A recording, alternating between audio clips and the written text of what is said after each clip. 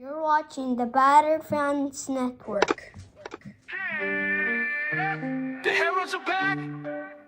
Beards talking balls, rapping pink and black.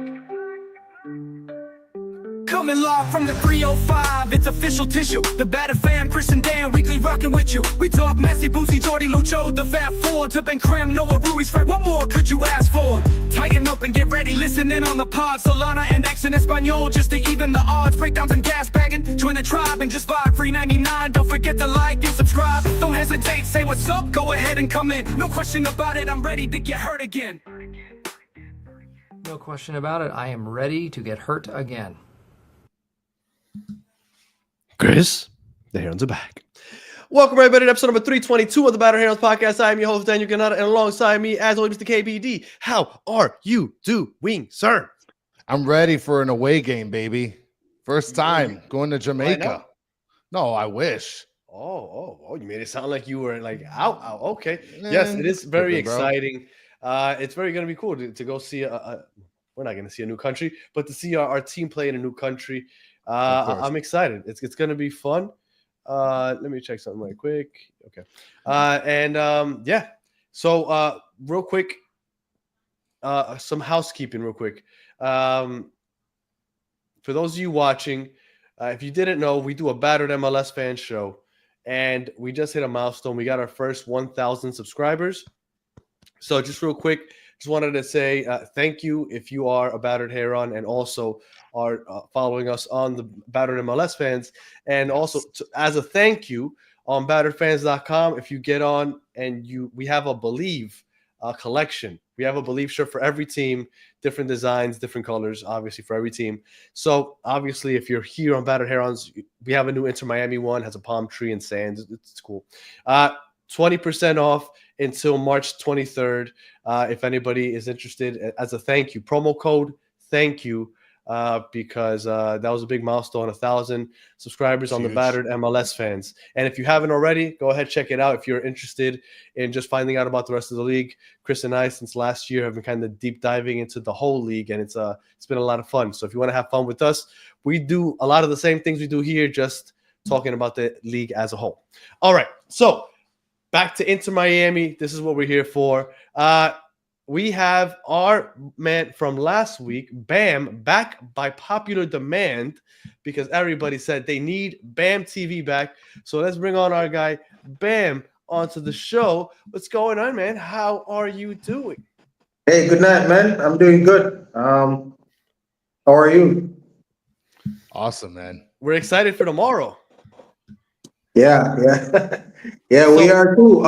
Inter Miami just landed in Jamaica a few minutes ago. Messi landed in Jamaica just a few minutes ago. Yeah. Got a nice escort and thing going to their hotel and stuff. Yeah, I would imagine so. So let's start there real quick. Ticket-wise, are there still a lot of tickets available now that we know Messi's going to be there? We don't know if he's playing yet, but we know he's going to be at the stadium. I think the grandstand that has been sold out. Okay. So it's just like the regular bleachers that's still available, but I imagine by tomorrow those will all be gone because, like in Jamaica, we tend to be very last minute. So yeah, I think now that it's confirmed that he's gonna be here, I think those should go pretty quickly. Okay. And then a lot of people wonder what the weather's like because we've been hearing some questionable things about the weather. The weather, well, it's hot in the days. Like in the days, it's really hot. But the game will be played at 7, so it's like a little cooler at that time. So shouldn't be a bother, I guess. Well, and I'm pretty sure because there's been some stuff about like how the pitch looks and stuff like that. But from what I've seen, it seems like Jamaica's getting the pitch pretty good and ready for this game. Yeah, definitely. I mean, National Stadium is like the mecca for football, but it's also, as people would understand, we're a small country, and so I mean sometimes we host massive events, and that the stadium is utilized for that. So recently we had a Vibes Cartel concert that was there. Based on the magnitude of that concert, the stadium was the only place that could really host it. And then in between that, we have like track and field is very big in Jamaica, and we have like actually have like boys and girls champs. That's like a massive high school track and field event, biggest in the world, where all the high schools in Jamaica come to compete. And leading up to that, we have like events leading up different track and field events. So the stadium has been utilized for that, but and also they're redoing the track because we're gonna have Grand Slam track and field championships here in April. So they were relaying the track. So they did some work on the field as well. So as it is now, field is in pretty good condition and should be ready to go for tomorrow. We saw that there's a 25% chance of rain tomorrow at the start of the game. Would rain ruin the pitch? Not particularly because we have pretty good drainage system. Okay, great. So no, because I mean we'd have played like World Cup qualifiers there before in terms of rain and stuff, and those games went on pretty well. So I don't think that will affect it now. Okay, that's great. Sean is here asking what was or is bigger, the T20 match from the weekend or this game? The T20 match for the weekend. I imagine he's talking about something with cricket, I believe. Yeah, no. So this game definitely is like one of probably the largest club international games that have been played in Jamaica. So definitely this is it. And Mitch is saying here, nothing could be worse than the flood Messi played in Venezuela last year, Danny. So I mean, I don't think we will compare to that. No way. All right, so let's revisit game one. What did you think about the first leg? Yeah, we never got you never got your perspective after the game. Oof. Yeah, it was like a roller coaster. I thought in the first half, Cavalier really came out and they were fearless and they really took the game to Inter Miami. And I think that's what you get from a team like Cavalier. They are generally in the JPL, they are like the youngest teams. So all the other teams will have like bigger and older, more experienced players. So I think the preparation they have from that in terms of being fearless and have a desire to just go out and prove themselves really worked well for them in the first half. I thought they were a little bit unfortunate to probably not have gotten a goal or maybe two based on the run of play. I thought they had some really good chances. And like I told you before, the front four that they have, cannot be underestimated, and they really went out and put in a good shift. And I thought probably could have gone into the half with maybe a 1-0 lead at best or at worst. In the second half, though, I thought Inter Miami kind of grew in the game. And then the moment they got that first goal, it was always going to be difficult because now you're going to have to be streaming forward. And even although Messi wasn't playing, Inter Miami still packs a whole host of quality players that can hurt you on the attacking end. Allende, Suarez, Jordi Alba, Busquets, those players in the attacking third are really good. A little bit unfortunate that we conceded the second goal by just a mistake from Leng, who I thought was having a really good game up to that point. But that's just how it is. When you play these quality teams like the smallest of margins, they'll make you pay. But I don't think anyone walked away from that game thinking that the return leg is going to be a walkover. So I think that's a good thing. And this is a good question here. Blake is asking, do you think they were robbed with VAR? Because I feel like, and Marastovich is asking how they played in the first leg. I feel like they were robbed. I feel like it may be a hair, but like it was really close. And the first half, Cavalier controlled the game. Yeah, so for me, with the VAR call, I think the part about it that I'm a little bit concerned about is the whole consistency. So, the goal was scored and the VAR referees felt that there was something that the officiating referee need to look at. He went and he figured that the player interfered with play, even though I may have a different opinion. But I guess that's what he thinks, and the rules of the game support him in that regard. Yeah. I just thought that the other decisions that should have being checked by VAR weren't checked. So, like for example, the first goal where it seems as if the ball went outside. It's a bit debatable, but the referee wasn't asked to go and check it on the screen. So, it kind of looks a little bit odd. The player was offside. Like, there's no question. But I don't think he wasn't interfering. He wasn't affecting. I didn't think he interfered with the play. He went for the header, but he didn't make contact with the ball. I didn't think it should have been called. And I was telling Chris, I think if Miami's up 3-4-0 at that point, they let you keep the goal.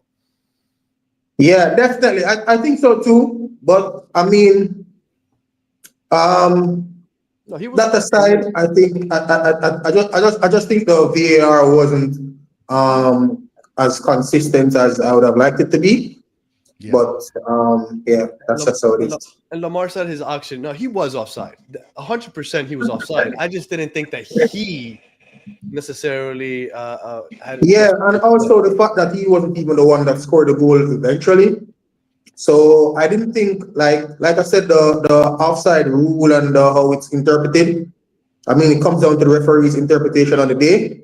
But I didn't feel his interference was sufficient to sway the game either way, meaning he prevented someone from getting the ball or he helped someone to get it. So I didn't think it was merited like a call for that.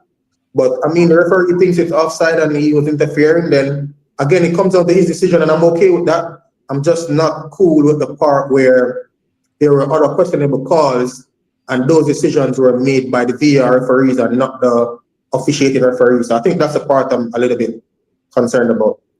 Yeah, and we're gonna get killed in the comments again, Chris. By the way, because in our post game when we said that it shouldn't have been an offside, we got killed in our comments because I know we don't know ball. Yeah, but I mean, how can just because we're like an Inter Miami show and Messi's is on our team, like we have to be fair too. Like, well, and maybe we're the wrong ones, but we can give our opinion. I'm with Ben. I thought I wouldn't have called it offside. Well, it was a shame because, like, in the first half, Cavalier, they did take control. Like, the pace was off the chain. Like, the team, Inter Miami, was not prepared. But in like the second half, they collected themselves. Yeah, once we got that first goal, it kind of deflated, I think, Cavalier a bit. And we kind of just, at that point, we weren't as aggressive attacking. If you guys wanted the ball, we let you have the ball, and you guys weren't very good at figuring out how to break us down when it wasn't in the counter. So, I mean, that was basically the game. Yeah, I mean, and also I felt that the way in which Cavalier started out the game with such a high tempo, it's always going to be difficult to maintain that tempo right throughout the game. Yes. So there was always going to be a point when they would have almost come to like a pause. And I felt that maybe if they would have made some changes a little bit earlier, it probably could have helped them to get the energy up and stuff. But I mean, usually when you're playing a game like that, you always start your best players, and especially when you go down a goal, you always think as a coach that one of your best players could come up with a goal. So I could understand the idea of trying to keep them on the pitch as long as possible, and at the same time, being able to balance the fact that you're going to have a return leg. So the most important thing I think was to keep it close, and hopefully when you come home, you can have a better chance. I think if the game had ended 1-0 in favor of Inter Miami, it would have been a much more different component coming into the return leg. I mean, and I also think that, Inter Miami and Mascherano and those guys, they obviously think that there is a little bit of cause for concern. Otherwise, I don't think they would have named Messi in the squad, given what they would have said about him and his fatigue and stuff. But I think they probably feel coming away, maybe there may be a point where he's needed, and so that's why they decided to probably bring him out of, just being cautious. Well, and before I guess we talk about like the expectations of the game tomorrow, I did see that you guys played Waterhouse yesterday. I didn't see any scores or anything like that. That was on Sunday, actually. Oh, so, okay. Yeah, so the Jamaica Premier League kept going. Similar, I think Inter Miami played Charlotte on Sunday as well. Yes. So, yeah, Cavalier played Waterhouse, usually a very intense battle. Actually, they had an away game too. But I think the coach utilized the opportunity to rotate and start from some of the younger players. They were down 1-0, and then he brought on his ace players, and Calvin actually got a goal to equalize for them. I mean, that's wild. The average age is 20 and a half, and they put in the young players. How old are they? 14? Yeah, they have players who are like 16 and stuff like that. Yes. Wow. That play in their team, but I think even Adrian Lee Jr. he picked up an injury in that game, so I'm not sure if he'll be available for tomorrow. But yeah, so they came on and they got the equalizer and finished out the game. And some of the players that people in Jamaica thought that probably could have played, like Kylie Aubrey, who came on in that game against Inter Miami, he actually started and had some minutes. So yeah, I think that game too was good for them to give some of the players opportunity to get some minutes, just in case on Thursday when they're needed, they'll be able to come out straight off the bat. Seeing the way that Cavalier played last week, what are the expectations from Cavalier fans and just people in Jamaica in general? Like, what are the expectations? You guys thinking that there's still a possibility that you could somehow win this, or? Yeah, definitely. I think the performance inspired more people too, because before many persons thought that going away to Inter Miami. I mean, actually, going away to Inter Miami was going to be difficult. But the way in which they played in the first half, I think that first half alone, really that first half really inspired us in Jamaica, because many people were watching the game and doing watch-alongs, and you could feel the energy in those streams where persons were really hopeful and thinking that we could get something out of the game over there, even a goal. And so coming home now with a lot of persons, interested in the game, buying tickets. Obviously, the Messi factor helps because people want to see him as well. But I mean, outside of wanting to see him and see him do well, I think people also want Cavalier to do well. And the players are a lot more comfortable. They'll have all their families here, their friends. It's a stadium that they're used to because Cavalier has been in the JPL final quite a lot, which is where they play. And they also have players who play on the national team or have been invited. So they're pretty used to the facilities and the old stadium and stuff. So I'm thinking, the atmosphere is that we can definitely get something positive out of this game. Last week, I was asking you if you thought that they would try to defend and play the counter. You said that you didn't think that they would. It felt like they kind of did. What do you think the strategy might be in the game tomorrow? You think that they'll be more aggressive because they're down 2-0, or do you think they'll still play a similar type of ball? I don't think much will change in terms of the approach. Okay. Especially the fact that the away goal rule is there, and in trying to come out and get goals and be positive, you have to also be mindful that if Inter Miami scores, it gets significantly more difficult for you. Absolutely. So I think the same approach will be taken, but naturally when you're at home, you're a little more comfortable and confident, so you would probably express yourself a little bit different. So yeah, definitely. I really hope he plays tomorrow, Messi. I'm seeing the comments. I really hope he plays. I think it'd be really cool for the people of Jamaica to get to see him. I mean, look, my wife's from the Caribbean, Chris is from the Caribbean. A lot of those small Caribbean islands, you don't get moments like this. And I hope for you guys, I really do hope he goes out there. Whether it be subbing in for 20, 30 minutes or starting, I really do hope he plays tomorrow. Yeah, definitely. I mean, I think he'd probably come on as a sub, depending on how the game is going. Yeah, I think they think that's most likely, but yeah, who knows? Definitely would like to see Ian Frey up close, though. I mean, he's one of those players that a lot of persons are interested in him being a part of our national team and stuff. Even though he's saying that that's not really his focus now, and I can imagine having gone 3 ACL surgeries at 22. It can be international football can be like a difficult thing to do, especially playing at club level and stuff. Absolutely, because there's no rest time.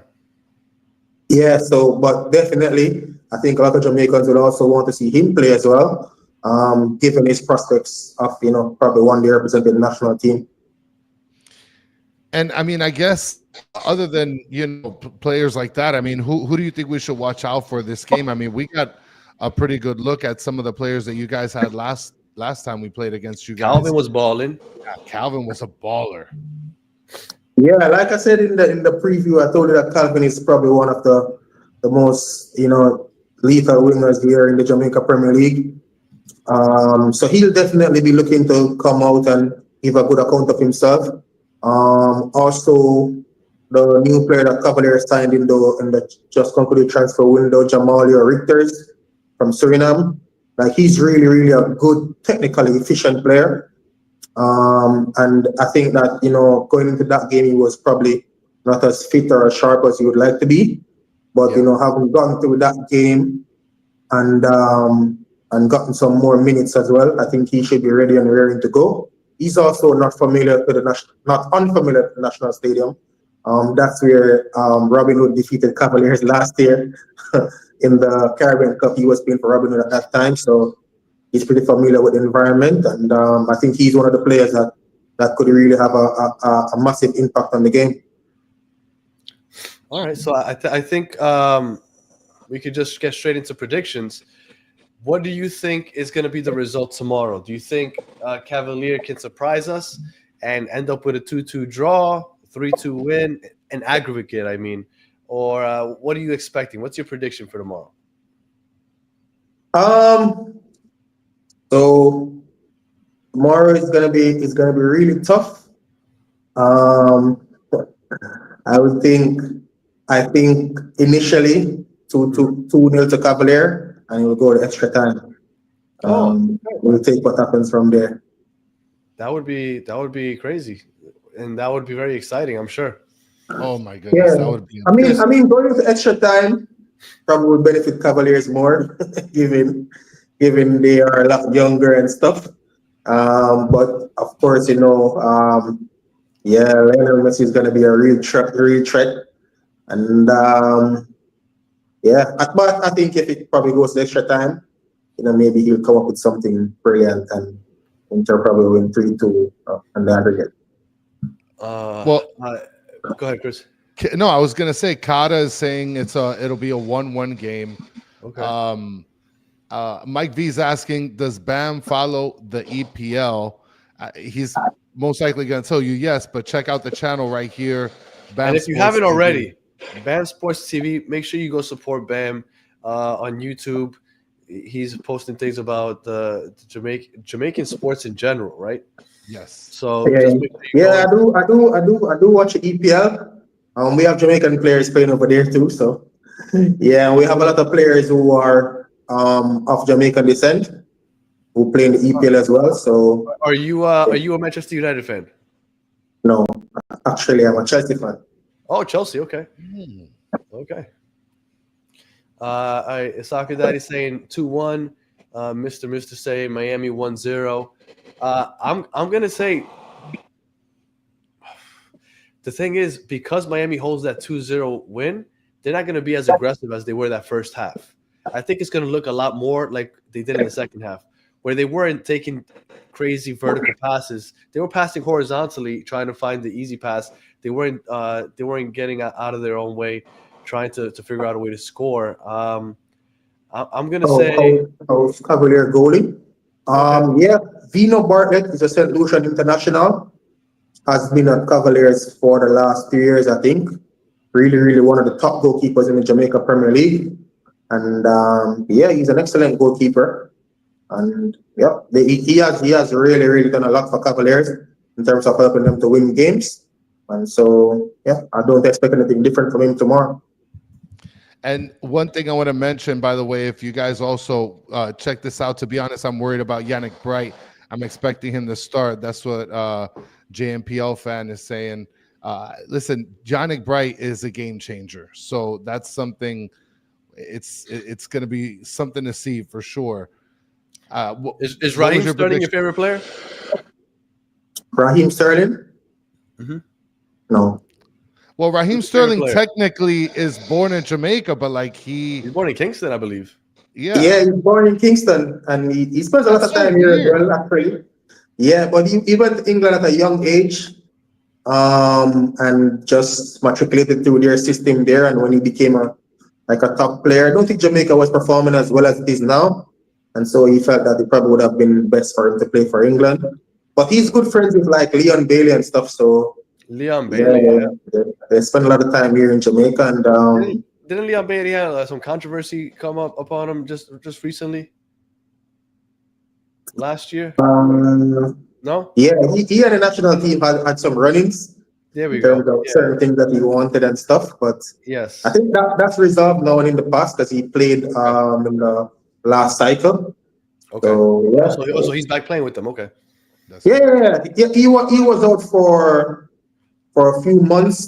He said he wanted some time off. Go again? Didn't he miss Copa America? Yes. So he said at that time he hadn't gotten a chance to have like a break, because usually whenever EPL is over, it's always Gold Cup or some other continental championship. So he said he wanted some time with his family, and he didn't go to the Copa America. Yeah. So I'm gonna say I'll say a 1-1 draw. I don't think Miami's gonna be very aggressive just because they have the lead already, and I think they'll score first, and I think they'll be really comfortable with the 3-0 lead plus the away goal. And I think that the Cavalier will find their way into 1 goal, but I don't think it'll be much more than that. I'm going to say a 1-1 draw, 3-1 aggregate.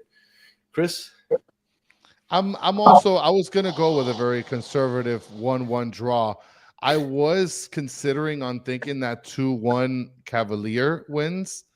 That would still balance out to us winning in aggregate, no?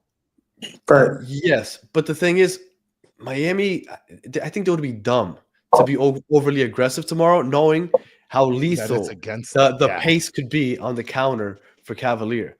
I mean, they saw it last week. Like the pace is wild what that Cavalier has. So I don't think that they'll be aggressive, and I think that they'll go. But that's what Tommy's co-signing with Bam. 2-0 Cavalier going to penalties. Yeah, that would actually be like a perfect football game. I mean, and for sure, not for us. Yeah. That would be a really good game. I mean, the fans would have been treated to 120 plus minutes of football. Yeah, I think that would be good for the fans and stuff. All right, Chris, do you have any of your questions for Bam? Because I know we got a couple questions out of Bam last week. Oh no, I totally forgot the questions, dude. All right, Bam? I'm gonna ask Chris a question, and if you can't answer it, I want you to answer it, because I think you might be able to answer it. Could you finish this line, Chris? Ting-a-ling-a-ling. No. Bam, can you finish that? School bell a ring. Yes. Nice one, 4-5 for double play. Oh, okay. Now I guess. Come on, Chris. Okay. All right. I didn't get that's a famous song from Shabba Rankin. Like he's a dancehall legend as well. So yeah. All right. I knew Bam would have it. All right, Bam. Well, as always, we appreciate you. I don't know how, but we got to figure out a way to keep having you on. Everybody on the chat loves you. But if you want to keep getting some more of Bam's content in the time being, while we figure out how to get him back, make sure that you go ahead on YouTube, Instagram, Facebook, I believe, Bam Sports TV. Make sure you follow him. And Bam, again, thank you for joining us. And you're going to be at the game tomorrow, right? Definitely. I will be there. And you'll be posting stuff on Instagram? For sure, man.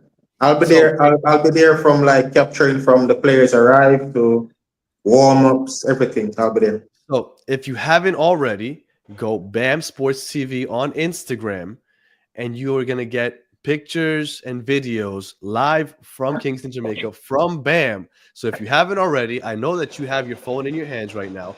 There are 95 people watching live right now. Go ahead, follow him on Instagram, on YouTube, and make sure that you stay up to date, because he's going to be giving you the real deal from the stadium. Okay? So, again, Bam, appreciate you. And again, I look forward to having you on at some point again. Yeah, man, no problem. I mean, you have my number, so just hit me up, and once I'm available, I'll be here. And I actually watch the MLS as well, because you have Jamaican players over there too. So You know, as much as I can, I try to keep up with them, and even the MLS Next Pro, like we have some young players there as well, and USL and stuff. So yeah, keep a keen eye on that as well. New England just picked up a striker from Jamaica. Yeah, Damorny Hutchinson. Yeah, he was here in Jamaica, went to high school, then he went to college. Then he came back and played in the Jamaica Premier League this season, played 4 games, scored 1 goal, and then he secured his move to New England. He will be playing in the MLS next. And I think he had a trial with Pittsburgh Riverhounds too before that, and I guess it didn't work out. So yeah, he signed there. So yeah, definitely good stuff. And Mr. Krabs, Kofi Kingston is not from Jamaica, and Bam over Solana. Right. Bam, again, thank you, much appreciated. I look forward to seeing everything that you post on Instagram tomorrow, because I'll be getting my inside looks from everything going on from your account on Instagram. Yeah, definitely, man. Thanks for the invite, and all the best, and people, thanks for having me. Absolutely. Chris, any final words? No, that's it, brother. Let's get to it, and it's going to be a fun night tomorrow night. Absolutely. And in 3 minutes, we're going to be back on live. We're going to end this one. Oh, Bam just left us. We're going to be back on live with Tommy One Time. I know we went from a really good guest to Tommy One Time. I apologize, but it's just the cards we were dealt. But if you want to go ahead and talk a little Miami, Atlanta, join us in just 2 or 3 minutes, and we'll be doing that. So for those of you listening on audio, we appreciate you listening all the way to the end. Please leave us 5 stars, comment, review, all the good stuff. If you're watching on YouTube, thank you for watching all the way to the end. Please like, subscribe, share, tell your friends.